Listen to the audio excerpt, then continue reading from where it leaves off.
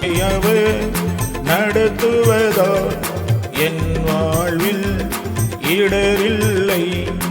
அவர் வசனம் ஜீவம் கால்களுக்கு, அவர் வார்த்தை பாதை வெளிச்சமாமே. அவர் வசனம் ஜீவம் கால்களுக்கு, அவர் வார்த்தை பாதை வெளிச்சமாமே.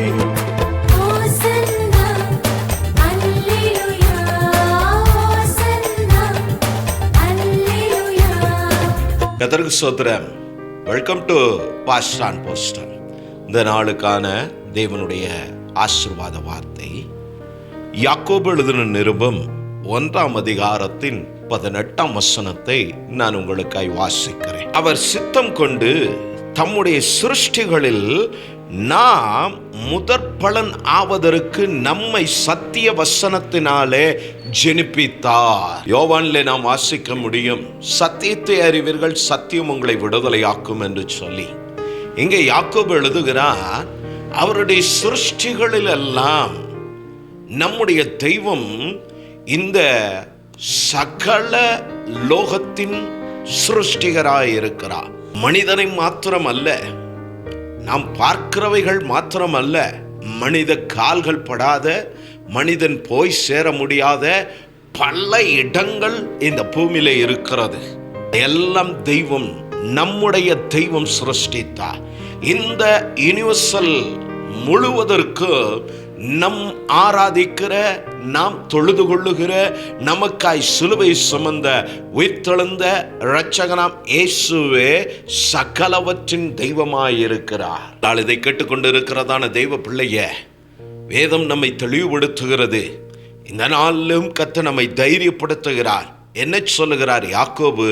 இப்படி தெய்வம் சிருஷ்டித்த சகல சிருஷ்டிகளிலும் நாம் முதன்மையானவர்களாய் இருப்பதற்கு அவர் தம்முடைய நாமத்தினாலே, தம்முடைய வார்த்தையினாலே, தம்முடைய வசனத்தினாலே நம்மை ஜெனிப்பித்தார். தாய் தகப்பு நமக்கு இருக்கும் போது பேரண்ட்ஸ், ஒவ்வொருவருக்கும் பேரண்ட்ஸ் உண்டு. ஆனா வேதம் என்ன சொல்லுகிறது? இந்த ஆத்துமாவை நாம் தேவனிடத்தில் பெற்றிருக்கிறதான இந்த ஆத்துமா நித்தியத்தை அடைவதற்கு தெய்வம் கிருபையாய் நமக்கு இந்த இரட்சிப்பை கொடுத்தார். தெளிவுபடுத்துகிறார். எப்படி?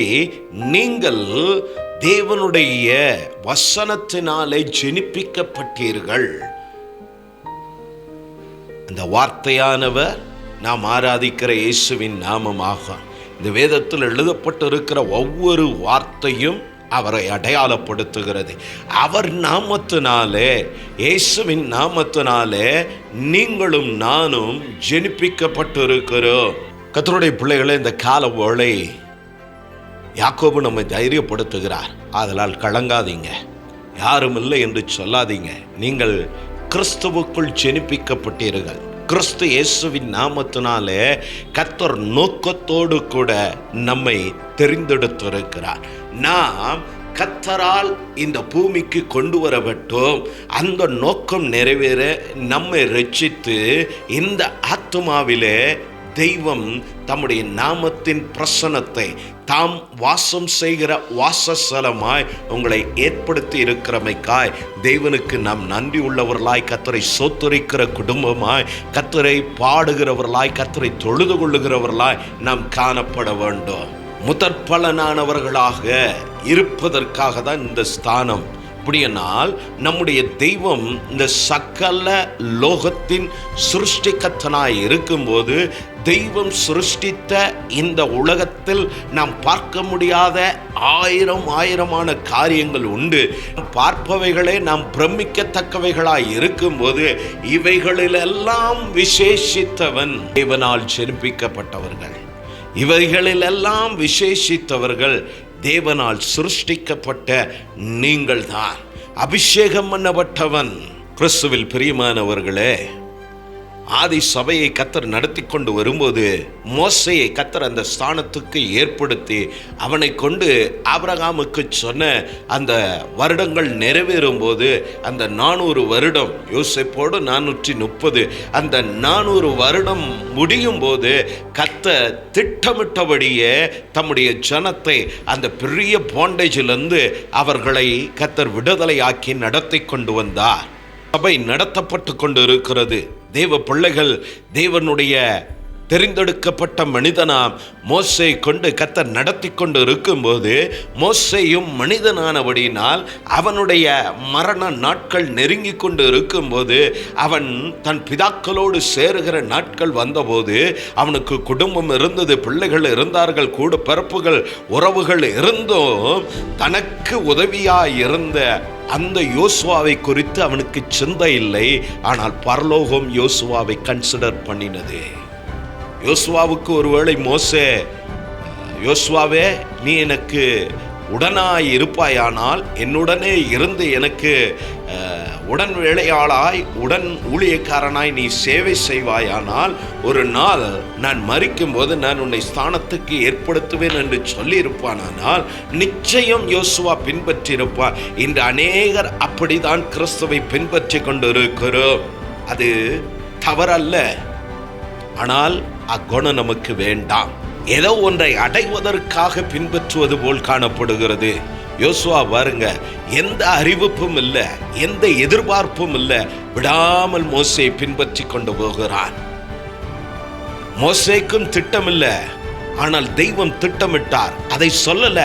கடைசி நிமிடத்துல கர்த்தர் மோசே கிட்ட சொல்றார், உன் ஸ்தானத்தில் யோசுவாவை நீ அவன் தலையின் மேல் கைகளை வைத்து அவனை அந்த ஸ்தானத்துக்கென்று நீ அபிஷேகி என்று சொல்லி.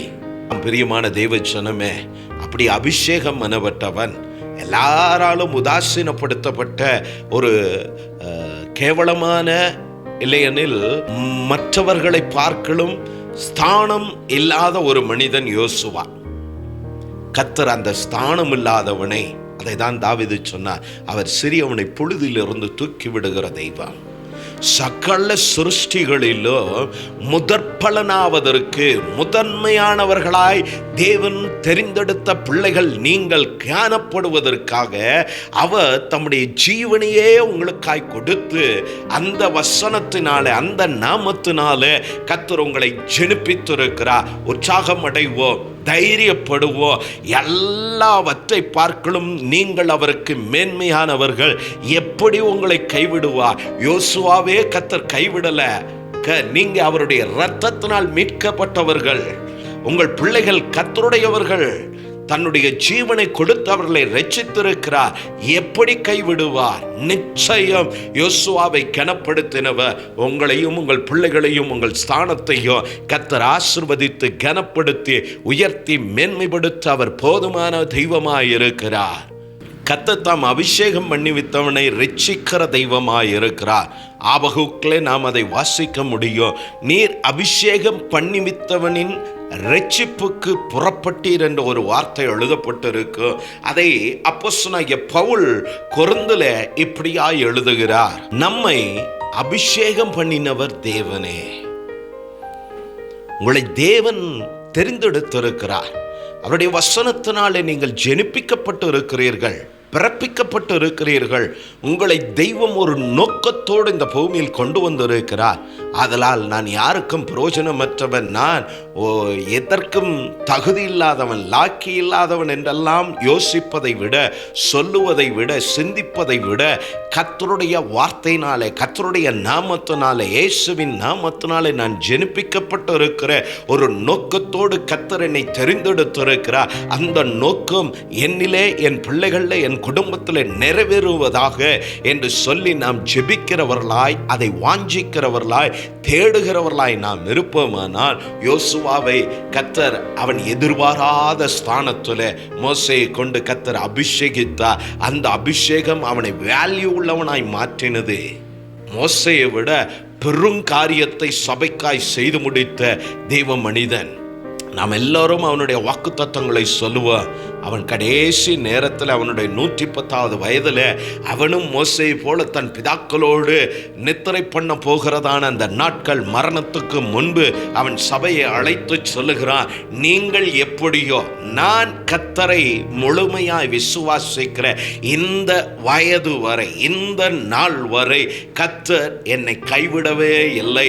அவர் சொன்ன நல் வார்த்தைகளில் ஒரு வார்த்தையும் எனக்கு தவறுதலாய் இல்லை, தவறி போகவில்லை.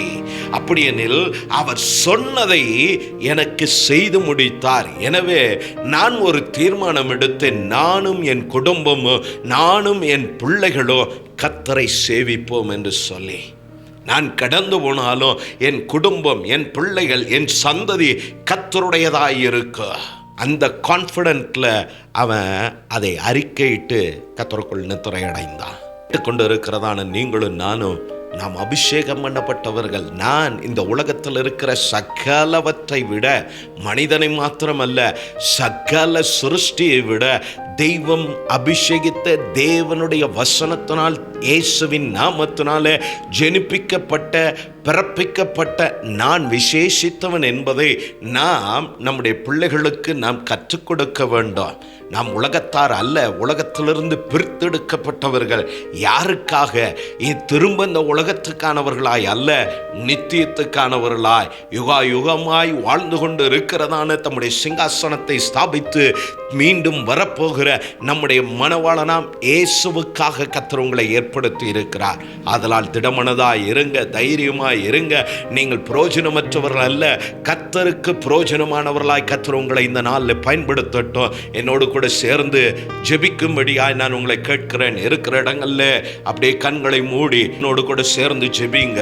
பரலோகத்தின் பிதாவே, இந்த கால வேளைக்காய் ஸ்தோத்திரம். என்னோடு ஜெபிக்கிற அன்பு தேவ பிள்ளைகளுக்காய் நான் ஜெபிக்கிறேன். யாக்கோபிலே நாங்கள் வாசித்தது போல, ஆண்டவரே, இந்த உலகத்தின் சகல சிருஷ்டியிலும் நீர் எங்களை மேன்மை உள்ளவர்களாய், முதன்மையானவர்களாய், எல்லாவற்றை விட கனமுள்ளவர்களாய் வாழ உமது வசனத்தினாலே, உம்முடைய குமாரனுடைய நாமத்தினாலே எங்களை உயிர்ப்பித்தீர், ஜெனிப்பித்தீர். அதற்காய் ஸ்தோத்திரம்.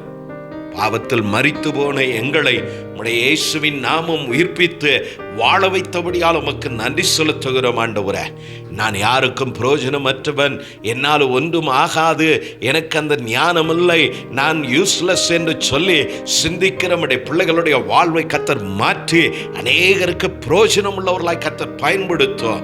யோசுவாவை கனப்படுத்தி அவனை இந்த ஸ்தானத்தில் அபிஷேகித்தது போல நம்முடைய பிள்ளைகளை நீர் அழைத்து அபிஷேகித்து ரட்சித்திருக்கிறீர். எல்லாவற்றுக்கும் மேலா இந்த வெளியேற பெற்ற ரட்சிப்பை, உம்முடைய நல்ல நாமமாம் இயேசுவின் நாமத்தை இவர்களுக்கு நீர் கொடுத்திருக்கிறீர். அதற்காய் ஸ்தோத்திரம். அந்த நாமம் இன்னது என்பதை இவர்களும், இவர்கள் பிள்ளைகளும், இவர்கள் போகிற இடங்களில், வேலை செய்கிற இடங்களில், இவர்கள் வீட்டில், இவர்கள் வீட்டை சுற்றிலோ கூட பிறப்புகள், இவருடைய உறவுகள் மத்தியில் இவர்கள் கனப்படுத்தப்படட்டும். ஆண்டவரே, யோசுவாவை சபைக்கு முன்பு கனப்படுத்தினது போல என்னோடு ஜெபிக்கிற ஒவ்வொருவரையும் கர்த்தர் கனப்படுத்தும். ஊழியர்களை கனப்படுத்தும், சபையை கனப்படுத்தும். இந்த நாள் இவருடைய வேலை, இவருடைய போக்குவரத்து, பிள்ளைகளுடைய காலேஜ், ஸ்கூல் பிரயாணங்கள், போக்குவரத்தெல்லாம் ஆசீர்வதிக்கப்பட்டு இருக்கட்டும். எல்லா ஆபத்து, விபத்துக்கும், நாச மோசங்களுக்கும் பிள்ளைகள் ஒவ்வொருவரையும் பாதுகாத்து கர்த்தர் நடத்தும். ஆசீர்வதி. நல்ல சாட்சியை கேட்க உதவி செய்யும் இயேசுவின் நாமத்தினாலே. ஆமென், ஆமென். நாம் இணைந்து கர்த்தர் நாமத்தை மேம்படுத்துவோம். உங்களுடைய மேலான கருத்துக்கள், ஆலோசனை எங்களுக்கு தெரியப்படுத்துங்க. கர்த்தர் உங்களோடு இருப்பாராக. கர்த்தர் உங்களை ஆசீர்வதிப்பாராக. நான் உங்கள் நம்பிக்கையின் தந்தை ஆபிரகாம். பாஸ்டர் ஆன் போஸ்டர் சேனலை பார்வையிட்டதுக்கு நன்றி. லைக் பண்ணுங்க, ஷேர் பண்ணுங்க, சப்ஸ்கிரைப் பண்ண மறக்காதீங்க.